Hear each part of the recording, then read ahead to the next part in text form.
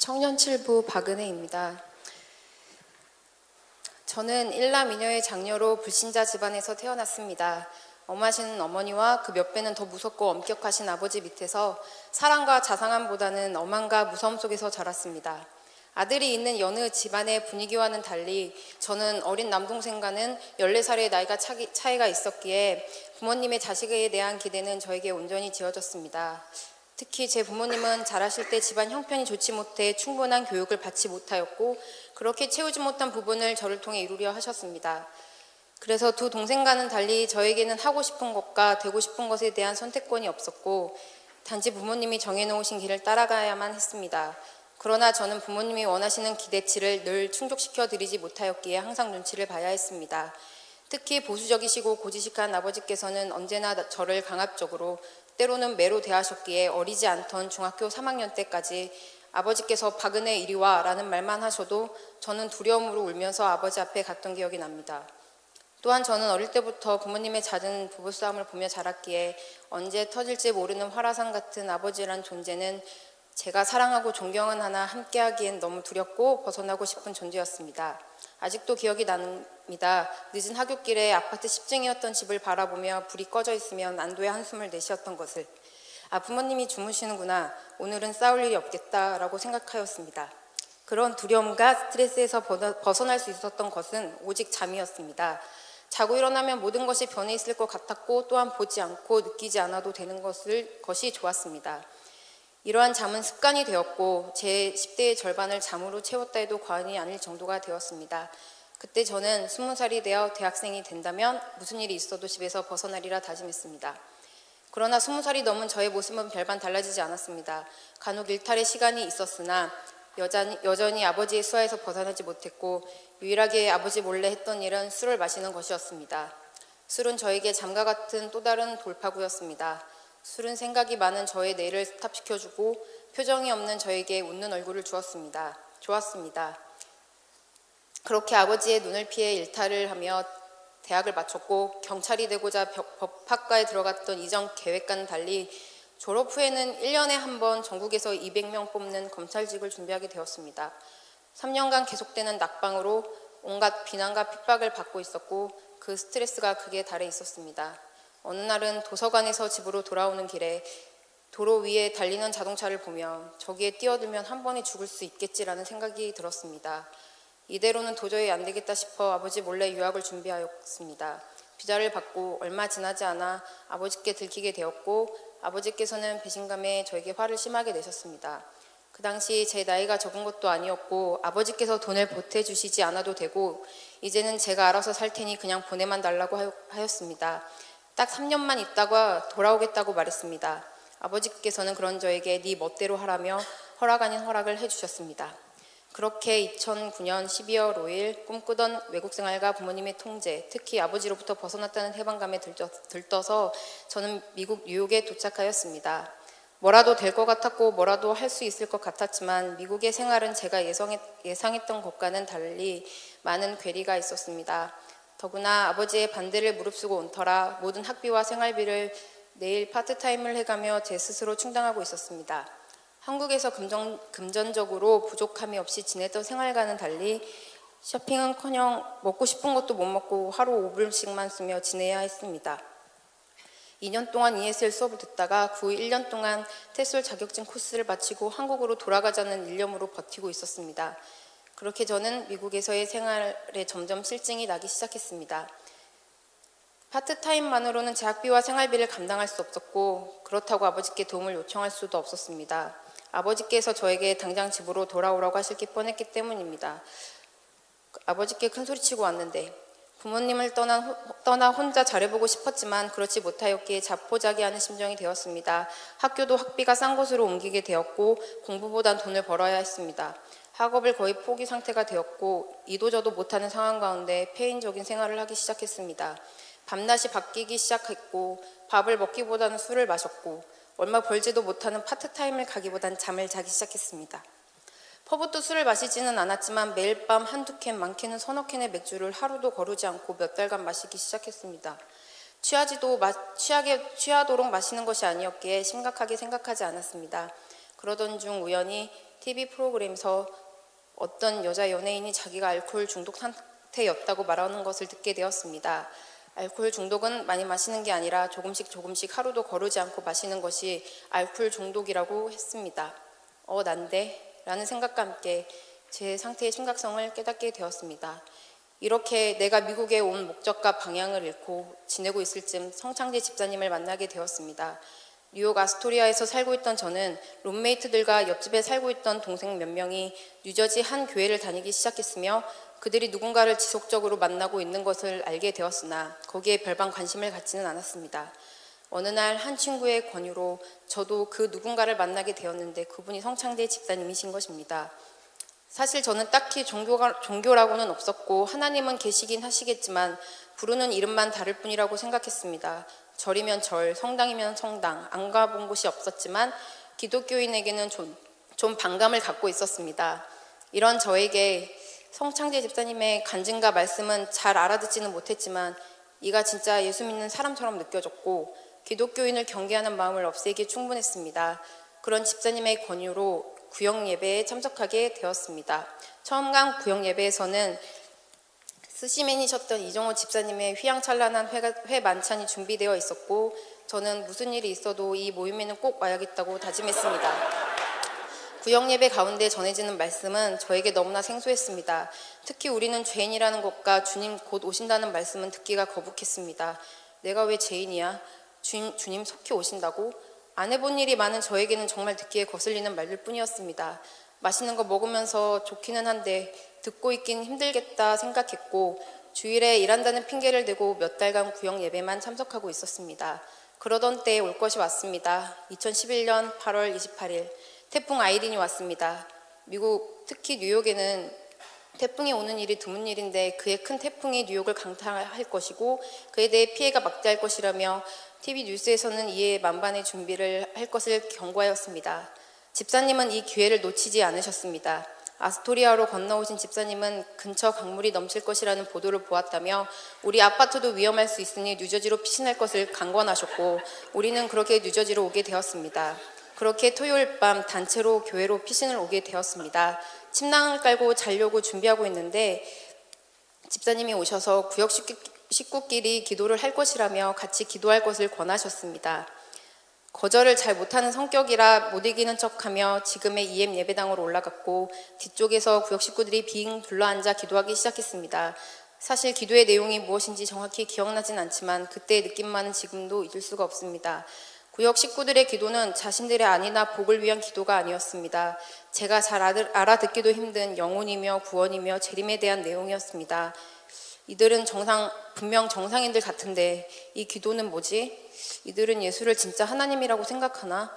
사람이 아니었나? 진짜 예수님이 하나님이시면 난 어쩌지? 지옥 가나? 많은 생각이 제 머릿속을 스쳐 지나갔습니다. 그리고 기도했습니다. 하나님, 진짜 예수님이 하나님이시면 저도 알게 해주세요. 저는 그렇게 기도를 마치고 다시 내려와 성가대실에서 잠들었습니다. 다음날 주일 처음 접한 예수복음교회 예배의 느낌은 참 길다였습니다. 평발이라 오래 걷지도 서지도 못하는 저에게 찬양 시간은 허리가 끊어지는 고통까지 느껴졌으며 중간중간 자리에 주저앉아버리고 싶은 충동을 느꼈습니다. 옆에서 손을 올리고 울며 찬양하는 동생들의 모습이 의아했습니다. 당시 목사님의 말씀은 빠르셔서 내용은 전혀 알아듣지 못했습니다. 그렇게 말씀이 끝난 뒤 새신자 영접 시간이 되었고 이런 날씨에 혹시나 오신 분이 있냐고 목사님은 말씀하셨고 저는 조용히 혼자 일어나 앞으로 나갔습니다. 예배가 끝나고 그렇게 며칠간 집사님 댁에서 머무는 사이에 집사님은 계속해서 주일 예배에 나올 것을 권면하셨습니다. 집에 돌아간 저는 전날 기도했던 것을 생각하며 일요일에 일을 빼고 계속 교회를 나가야겠다고 마음먹었습니다. 여느 맨하탄 네일샵이 그렇듯 주일은 대목이기 때문에 일을 빼는 것이 쉽지 않지만 일을 빼주지 않으면 그만두려고 마음먹고 사장님께 말씀드렸는데 놀랍게도 흔쾌히 오케이 하셨습니다. 생각지도 못했던 허락에 너무 신기했습니다. 하나님이 내가 교회를 가는 걸 진짜 원하셔서 도와주셨구나 하는 생각이 들었습니다. 그렇게 몇 개월 무슨 말씀인지도 모른 채 교회를 나가고 있을 때 하나님 나의 위로자라는 주제의 설교 말씀을 듣게 되었습니다. 그날은 웬일인지 졸지도 않고 말씀을 들었는데 어느 정도 지나자 눈물이 나기 시작했고 예배가 다 마칠 때까지 울고 있었습니다. 예수가 우리의 위로자 되신다는 그 말씀은 내 안의 아픔을 위로해주는 듯하였고 내가 오지 못할 상황 가운데서도 왜 미국까지 오게 되었는지 알 것 같았습니다. 그 뒤로 11월 달에 3주간 한국을 다녀온 뒤 새로운 직장에서 새로운 일을 시작하게 되었습니다. 그런데 일을 시작한 지 얼마 지나지 않아서 손에 문제가 생겼습니다. 한국 간 사이에 레이저로 제거하고 온 사마귀가 재발하였습니다. 제가 하는 일은 손을 다른 사람 얼굴에 대야 하는 일이었기에 저는 보험도 돈도 없어 병원에 갈 수도 없었고 일을 배우기 시작한 지 얼마 되지 않았기 때문에 한국에 다시 다녀올 수도 없었습니다. 이런 저의 고민을 같이 살고 있던 이진 집사님께 말씀드렸더니 집사님은 예수 이름으로 손 얹고 기도하면 나으니 기도해보라고 하셨습니다. 저는 지푸라기라도 잡는 심정이었기에 그 말을 들은 순간부터 기도하기 시작했습니다. 매일 틈만 나면 기도했습니다. 그렇게 며칠을 기도하던 어느 날 사마귀의 크기가 눈에 띄게 작아진 걸 알게 되었고 그 후 한 달쯤 되었을 때는 흔적도 없이 사라져 버렸습니다. 그 자리에는 불에 지진 듯한 자국만 남아 있었습니다. 다시 재발할 가능성이 없었습니다. 할렐루야. 너무 신기하였고 놀라웠습니다. 더욱 놀라웠던 것은 성경의 말씀이 진짜라는 것이었습니다. 전에는 믿고 싶었으나 믿을 수 없었던 예수와 그의 하신 말씀들, 그의 하신 일들 다 진짜였다는 말씀이 믿어졌습니다.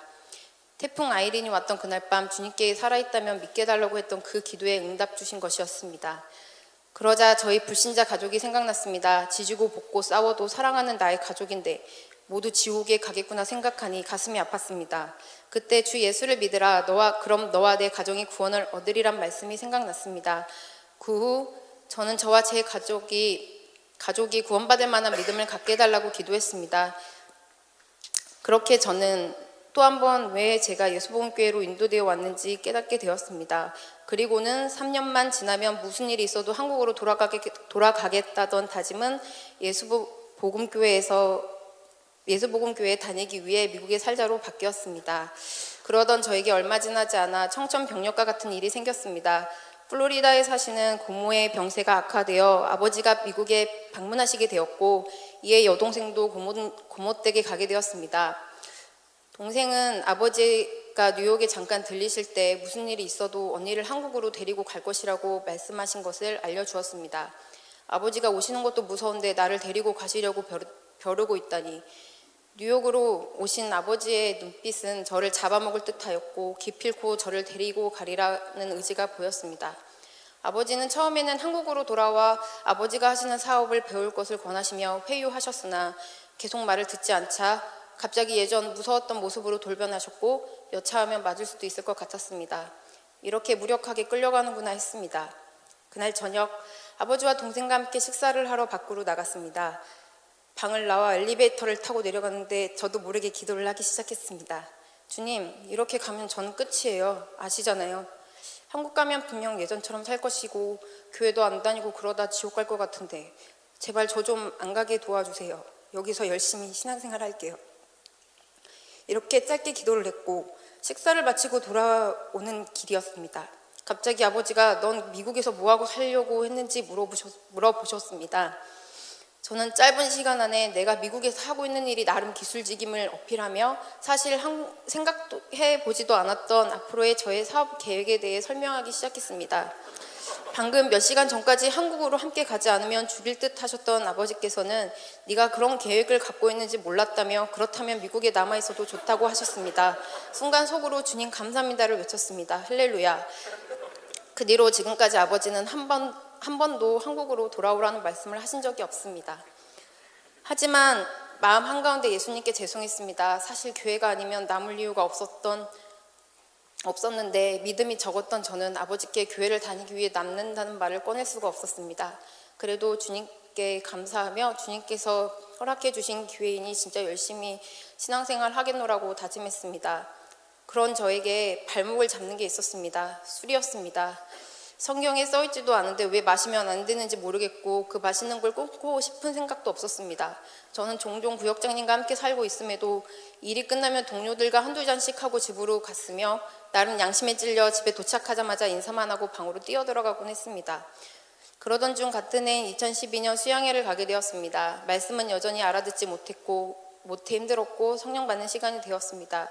사실 성령에 대해 부서나 구역 모임에서 많이 들어서 마음속으로는 성령 받는 것에 대한 사모함이 있었습니다. 성령을 받으면 진정한 크리스찬이 될 것 같았습니다.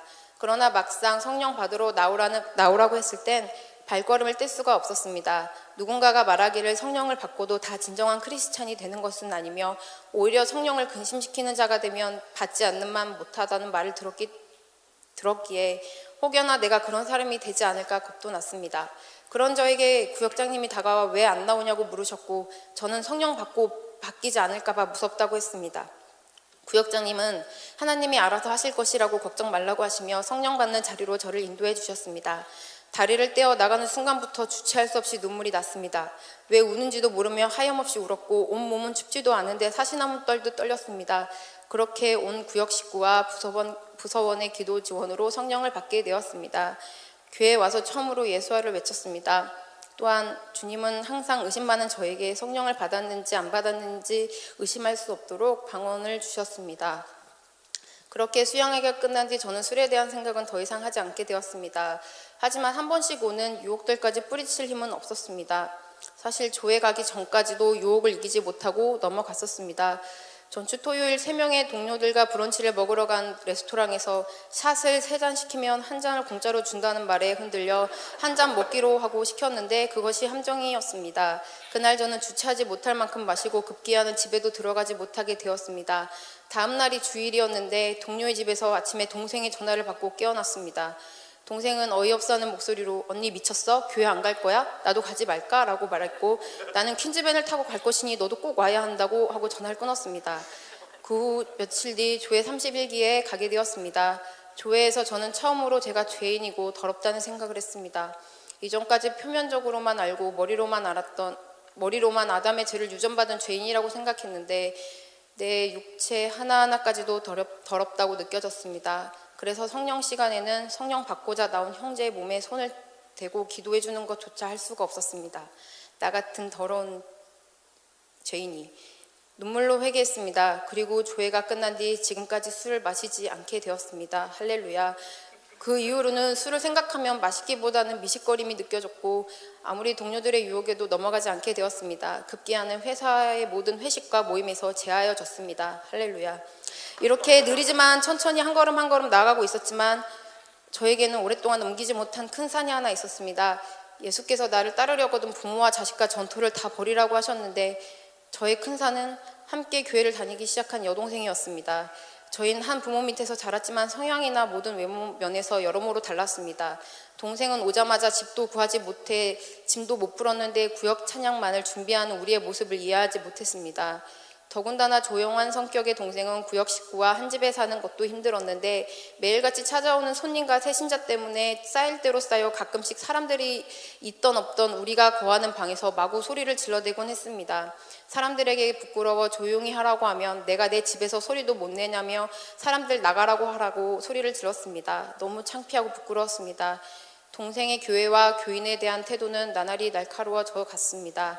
나중에는 급기야 동생이 파트타임을 하고 있는 샵 사장님이 우리 교회를 이단이라고 했다고 하며 자기가 무슨 일이 있어도 언니를 빼내겠다고 했습니다. 그렇게 동생은 얼마간 교회를 다니다 본인은 더 이상 다니지 않겠다고 선언했고 구역장님과 상의 끝에 하고 싶은 대로 하라고 했습니다. 그런데 2주 뒤 갑자기 이 집에 계속 살 거면 교회를 다녀야 할 것 같다며 혼자 집에 있는 게 할 짓이 못 될 것 같다고 했습니다. 나중에 안 사실이지만 교회를 안 나온 지 2주간 동생에게는 좋지 않은 일만 생겼는데 스스로 교회를 안 나가서 이런가 하는 생각에 다시 나가기로 마음을 고쳐 먹었다고 했습니다. 동생은 쉽사리 예수를 믿지 못했습니다. 동생에게 예수를 믿을 수 있다면 내 목숨이라도 내려놓을 수 있겠다라고 하였으나 동생의 반응은 냉담했습니다. 예배 중에도 목사님께서 믿기 싫으면 나가라고 하시면 조용히 일어나 혼자 유유히 예배당을 나가버리곤 했습니다. 믿지 않는 자와 함께 있는 것도 힘든데 함께 산다는 건 정말이지 너무나 힘들었습니다. 구역에서 철야를 한다고 들어갈 때도 동생의 방해로 들어갈 수 없었습니다. 저도 여느 구역 식구들처럼 자유롭게 눈치 안 보고 신앙생활을 하고 싶었습니다. 기도할 때마다 눈물이 나왔습니다. 동생이 한 번씩 히스테리를 부릴 때면 잘못하지도 않았는데 미안하다고 사과를 해야 했습니다. 그렇게 나를 죽여야 했습니다. 이러는 사이 동생에게도 많은 변화가 있었습니다. 믿음이 없으면 의리라도 있으라고 하셨던 목사님의 말대로 믿음 없이 구역과 교회에 5년간 의리로 자리에 있더니 결국엔 주님께서 주님의 때에 주님만의 방법으로 동생을 불러주셨습니다. 2번의 교회를 다녀오고 성령까지 받으며 이제는 함께 기도하고 구역 동생들까지 챙겨가며 아직은 갈 길이 멀지만 동역자의 모습으로 바뀌어가고 있습니다. 할렐루야. 한때 몸과 마음이 고되고 힘들 때도 있었습니다. 특히 2014년 10월 어머니가 대장암 3기 판정을 받은 것을 알게 되었고 보고 싶다고 말씀하시는데도 가지 못해서 죄송함이 들었습니다. 그러나 그럴 때 어머니께 이게 마지막일 수도 있으니 예수 믿고 구원 받으라고 담담하게 말했습니다. 서운해하실 줄 알았는데 안 그래도 수술 끝나고 방사선 치료가 끝나면 교회를 다닐 생각이라고 하셨습니다. 그러신 어머니는 현재 예수 이름으로 침례를 받으셨고 저희 교회와 동역하는 평택 사명교회를 다니십니다. 얼마 전엔 성경 공부도 시작하셨고 11조도 내기 시작하셨다며 자랑하셨습니다. 할렐루야. 예수 복음교회에 와서 은혜 받아 신앙생활을 한다는 것이 사람들은 쉬운 일이 아니라고 합니다. 그러나 저는 그 쉽지 않은 일을 저에게 허락하여 주신 주님께 너무 감사합니다. 힘들다고 과거로 돌아가기엔 주님께서 저에게 주신 은혜가 너무나 많았습니다. 게다가 소망도 주셨습니다. 진짜 꿈도 하고 싶은 것도 없던 저에게 아주 간절한 꿈을 주신 것입니다. 바로 주님 얼굴 뵙는 것입니다. 저같이 보잘것없고 쓸모없는 자를 불러주시고 진리를 알게 해주시고 내가 돌아갈 곳을 알게 하여 주셔서 주심에 감사합니다. 힘들거나 기쁠 때도 함께하는 가족인 성창재 집사님과 이진 집사님, 구역 식구들, 또한 진리의 교회에서 진리대로 말씀하시고 목회하시며 진리대로 사시는 2분 목사님, 진리를 사수고수 전수하며 또한 진리의 말씀에 순종하여 살려고 몸부림치며 치열하게 사는 형제 자매들이 있는 예수복음교회로 저를 인도해 주신 주님께 너무나 감사합니다. 제가 교회를 떠나는 순간은 나 영혼이 육체를 떠나는 날이 되기를 바라며 간증을 마칩니다.